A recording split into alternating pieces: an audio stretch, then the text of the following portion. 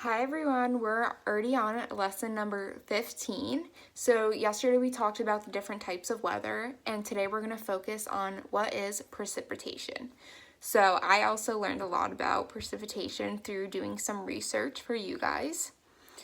So how do these different weathers come to be? So we talked about rain, snow, clouds, sun, and wind. But how do they come to be? So precipitation is one of the variables we use to identify weather and is a part of the weather cycle, which we will be learning about the weather cycle more tomorrow. So do you guys know what precipitation is? I'm going to give you guys a moment to think. So you may have heard it before. Maybe someone in your family has said, oh, there's a chance of precipitation.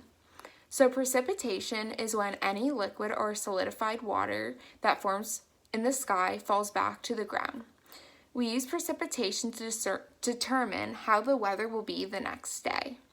If there's a chance of precipitation, it is often a good idea to bring extra layers to protect ourselves from the form of water that is coming. So, when I read this, or prior to that, I always thought precipitation was rain.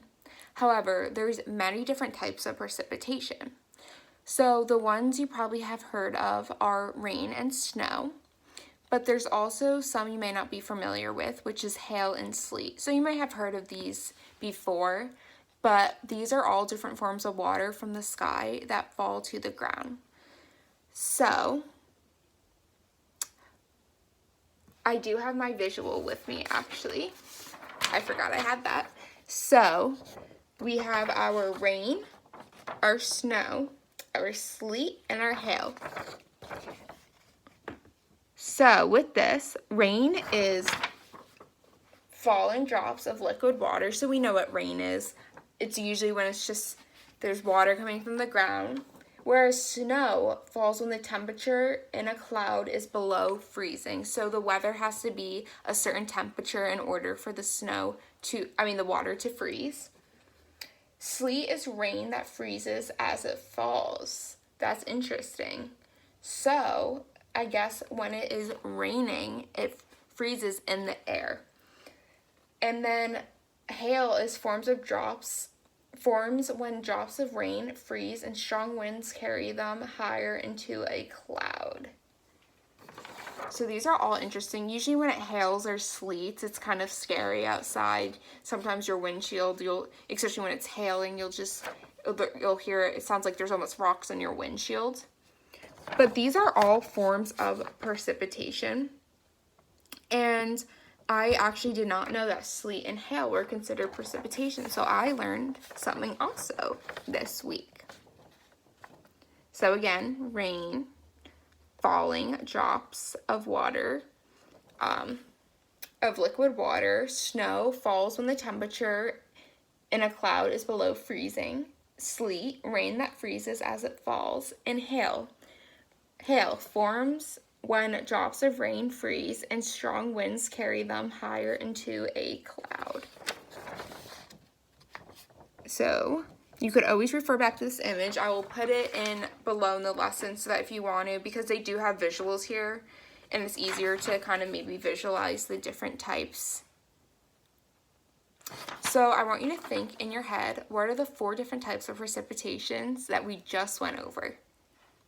If you're having a hard time remembering, just think of the different images we went over and maybe the description, and maybe it'll help you think of the picture or the visual in your head and help you recall the 4 types. So I'll give you a second to think. Okay, the 4 different types are rain, snow, hail, and sleet. So maybe you forgot hail or sleet just because they're a little difficult to remember sometimes. And I'm just going to go over the difference of sleet and hail. So sleet is rain that freezes as it falls, whereas hail is forms of drops of rain freeze and strong winds carry them higher into a cloud. So there's definitely a difference. Both definitely in snow and rain, we do want to be careful when we're out on the roads, if someone in your family's driving, just because it can get slippery in any condition. So we are very careful when we do see a percent of precipitation on the radar.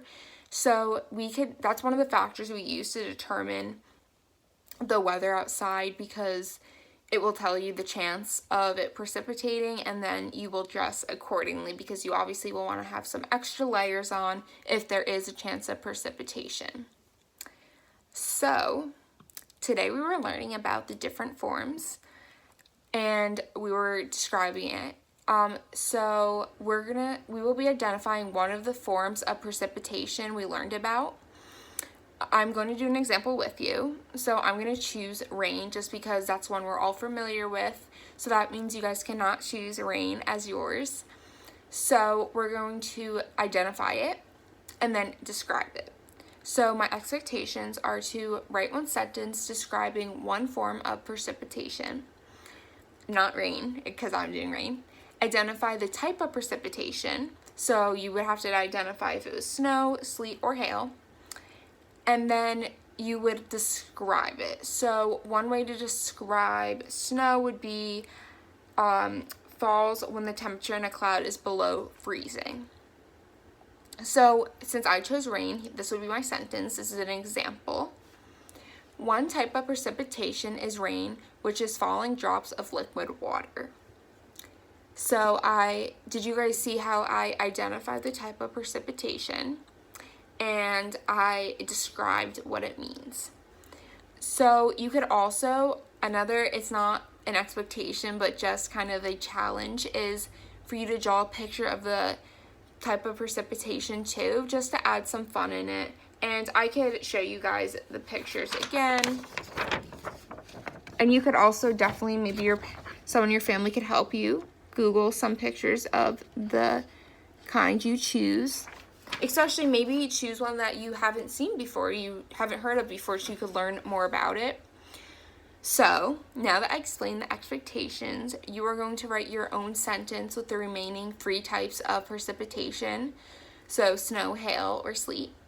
And to remember to write at least one sentence identifying the type of precipitation and describe the type you're identifying. And then if you have extra time, like I said, just draw a picture. And my challenge of the day, because I usually love to do those challenge of the day, is to write about 2 forms of precipitation. So that would require 2 sentences. And then if you want to do 2 pictures, you can as well. And when you're done, submit your sentences via Google Classroom to Miss Gagnon, labeled Lesson 15. And for any lesson, you are able to either write the lesson, so you could either write the sentence down or you could type it, whatever is easier for you and your family. So if you do write it, you could just maybe take a picture on your phone or someone in your family's phone, and that's how you could submit it to me and show that you wrote the sentence. And then obviously if you type it, you kind of just type it and submit it. So I hope you guys do have such a great day, and don't forget, the 4 precipitations we learned about today were rain, snow, sleet, and hail. Bye, guys.